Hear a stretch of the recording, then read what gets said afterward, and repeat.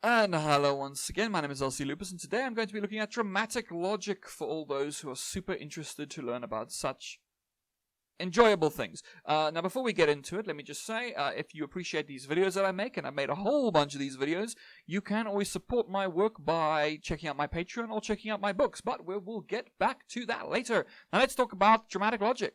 I know, extremely fun. So, today we're just going to be basically talking about Kaya Ilham's possible worlds theory. Now, what is a possible world? Okay. Basically, think of it kind of like a multiverse idea, right?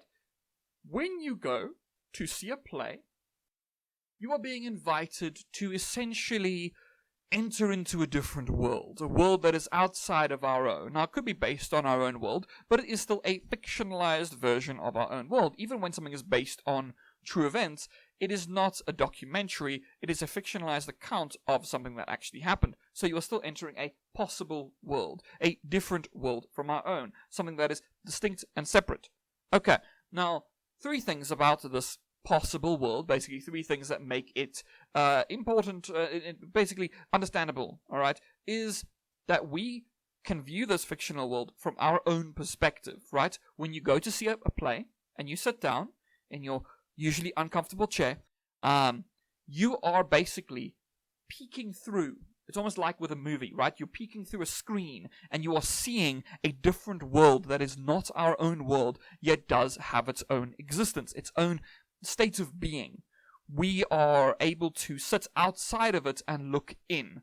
We are able to see through the fourth wall, right? We are able to see it. Now, the next thing about it is that we are able to fill gaps in this world with our own knowledge, right? When you go and watch a play and say the play takes place in a house, okay, no one has to say to you before you sit down, hello everybody, my name's Rupert, and today you're going to be seeing a play that is set in a house. Now, for those who are unfamiliar, a house is a place where people live. They are often made of brick or wood a lot of the time. That doesn't happen, because when you see a house in a story, you know what a house is. When you go to see a story, you know what a person is. When you go to a story, you know what a dentist is. You know what these things are. You can say this about books and movies and anything else. You don't have to have everything explained to you. Imagine if you paused every moment, like the camera is panning, and you see a bookshelf, and they have to be like, books are things usually with a harder exterior that are filled with paper, and the paper has writing on it. Writing is a specific thing in which you transfer language from thought onto a written page. Thought is the thing in your head that you would never do that. We have our own knowledge that can fill in the gaps. And a lot of the gaps, now those are obviously very silly gaps, but you also get other gaps, right? Imagine if you, for instance, especially if you are a South African, like myself, and there is a play that is set during apartheid. Now, you don't need to have apartheid explained to you. You should know what it is. You should know the reality of it. You should know what it is, historically speaking. So, we don't have to sit there and sort of first say, let's explain, let's first explain what apartheid is for those who... No. They expect you to know. They want you to know what it is before you go in. So basically, you're filling in the gaps with your own knowledge. Okay, now, something else, the last little thing about the possible worlds idea is that we can grasp sub-worlds within that fictional world, right? So, imagine you go and you see a play and it's set in a specific place. In that place, they talk about another place, right? You're in a house in the story, and in the house, they're talking about a place you never get to see. They're talking about the nearby park where something happened. We are able to grasp that there is another place outside of what we see. We're able to grasp this concept. It's very, very complicated, but it basically, everyone instinctively knows, right? When you go to see a play, you don't immediately freak out because you're like, oh, I don't understand. Why are all of these people here? You don't do that. You just move on with your life because you know what's happening. Basically, you don't sit there and sort of think, oh no, but they're pretending to be other people. That doesn't make any sense, and that's because humanity has a history of lying. We lie for various reasons. Acting is a type of lying, a very complex form of lying. So we are able to grasp these things from our perspective in the world. Okay, so think about, that's what basically possible worlds are. We were able to enter a possible world by viewing a stage. Now, you could also say that this possible worlds can also apply to books and movies and video games and all sorts of things, and I would say yes, but we're only talking about drama here. Okay, so how is this fictional world created? Now, basically, these also apply to, everything else, the books and movies and whatever, but how are these fictional worlds created? Okay, so you've gone to the theater, you've sat down in an uncomfortable chair, because they never give you comfortable chairs. That might be my personal gripe, but anyway, you sit there, and imagine if you sat down, and this play takes place in 2023, and you go, okay, it takes place in 2023. That's cool. Now imagine if they first started off by saying, hello everybody, let me first recount the first several thousand years worth of history that got us to this point. Humanity was first created, but imagine if that happened in movies. No. All stories are essentially figured out that the world itself is presented to us in media res, right? The world already exists. Now, in media res is a term that you'll find in a lot of literature. It basically means in the midst of things. Usually when we use the term in media res, we are talking about a story that starts in the middle of things. So, right, a story starts part way in and then there might be a flashback, or it doesn't explain how it got to that point. That's what we're usually talking about. But in this case, we're talking about we are finding the world itself in media res. And when you think about it, basically all fictional worlds, unless the story literally starts with the creation of the universe, unless that happens, all of these worlds are in media res. When you watch, I don't know, what's a movie? A Marvel movie. A lot of people have watched those things. When you watch Iron Man, right? You go, oh, this world already exists. It's not like they had to first explain to you that once upon a time, the Big Bang happened or God happened, depending on what you believe. Basically, that doesn't happen. We just enter the world and we're shown, here we go, here's the world. The next thing about how this world is created is that it is specified internally. The characters who are in the world explain the world to us. Not necessarily directly. It's not like you sit down, okay, unless you watch anime.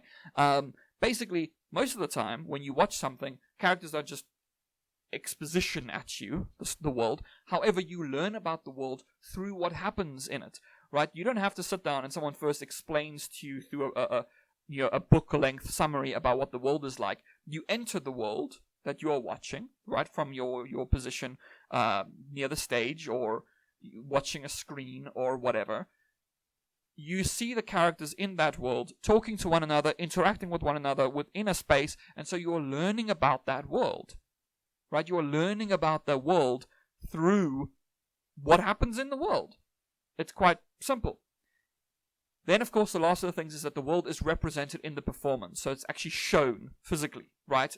On a stage, you can see people, human beings, acting as characters, doing things. So you actually get to see the world represented. You actually physically see it. You could say the same of movies, right? A movie shows you what the world looks like. A video game shows you what the world looks like. A book presents an imagined space that you can imagine for yourself, but it's still basically showing it to you. It's representing it to you. So that is how this world is created.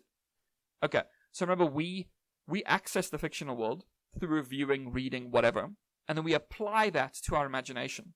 Because even when you take something like a book, not a book, sorry, even if you take something like a movie or a game, they have visual representations that very, very closely mimic reality. However, it's not actually reality. You are still thinking, when you watch a movie and you see a massive explosion, it's not really an explosion. It didn't actually do all that damage. Imagine, I don't know, like those Marvel movies, good example, right? Entire cities get destroyed. They did not actually destroy a city to make the movie. That was fake. They did that through CGI. They made it look like that. They didn't actually blow up a city. They just made it look like they blew up a city.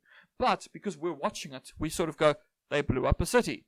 You see, so our imagination basically fills in any of those other things. And that's also why when you get basically a break in the believability of something, you might sort of, imagine when a character from a Marvel movie is in a high-speed crash, right, and they roll out the car, you might go, okay, they just got back up. That's normal, right? They can be punched through buildings. It's fine.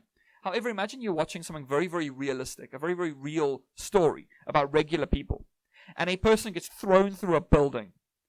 If that person isn't dead, you'll be like, how did they survive?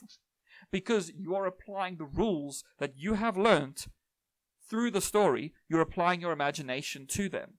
So when it is no longer believable, it basically creates a break in the fictional world that then seeps through, and you can basically be like, that's wrong though, it's incorrect, that's not how it's supposed to go.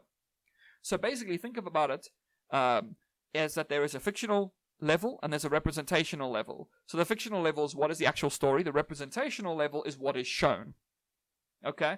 You can think about this in a movie as well, but we're mostly talking about obviously drama here because this is dramatic logic, but you can take it to look at any kind of story, right? There is the fiction that is happening, the actual story, and then what we are shown. Look at like also a lot of older, say, movies. It's a good way to look at it. Look at old movies before we figured out how to make various CGI stuff look really real. We kind of just had to pretend, right? When like a character destroyed something, you had to just be like, yes, okay, that's what they did. Cool. Because they couldn't represent it like reality. They could represent it as good as they could, but they couldn't do it quite well enough. There is now, when it comes to, say, movies, we can make it look like it actually is. But on a stage, you generally can't unless you have ludicrous amounts of money. Usually on a stage, you don't have the kind of money on a stage, right, in theater, that you would have in a movie.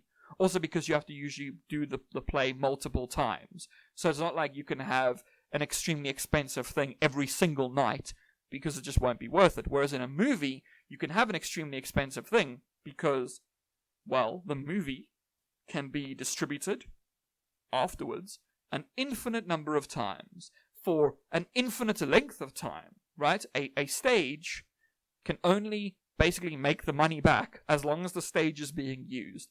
If a show gets to be shown 20 times, it only has 20 times to make back its money, essentially. So that's why you'll get the difference between the fictional level and the representational level. But we, as humans, are able to see the representational level. We see what is represented to us, what is shown to us, and our brains sort of go, okay, I will fill in the blanks to make it work, essentially. I will suspend my disbelief because I want to basically just agree with whatever is on stage. I don't want to sit there and go, well, obviously that couldn't happen. No, it couldn't, and that's fine, because you're suspending your disbelief. So essentially, when you're on the stage, or when you're a spectator, and you're looking at a stage, you suspend your disbelief, because, yes, the people on stage are not the actual people, they're actors playing characters, but you pretend, for a while, that they are actually doing the thing. When you watch Romeo and Juliet, you suspend your disbelief and you allow yourself to feel the story, to sort of sit there and go, they love each other. In real life, they don't love each other. They're two actors. They're kissing because the play said they have to kiss. The script said so. They're not kissing because they love each other, but in the story, they love each other. So you essentially suspend your disbelief for that purpose. So yeah, this is dramatic logic. Basically, the logic that goes into allowing a fictional world to exist on stage. So yeah, hopefully this has been helpful, beneficial, the kinds of words that you usually hear. Hopefully it has been. If it hasn't, I apologize most profusely. There will be another, I can't remember if it's another one or two. Yeah, I think it's another 2 videos about drama that follow on from this one. So they should help with additional things that you might want to know about. So yeah, hopefully this has been helpful. If you did appreciate it, and if you like the kind of stuff that I do, you can check out my books if you so desire, if you want to support me, or you can check out my Patreon. And if you don't want to do those things, you don't have to, but it would be nice to get a comment, a like, a subscription, any of those kind of things. They benefit quite a lot. So yeah, otherwise I hope you have a great day, week, and month ahead, and goodbye.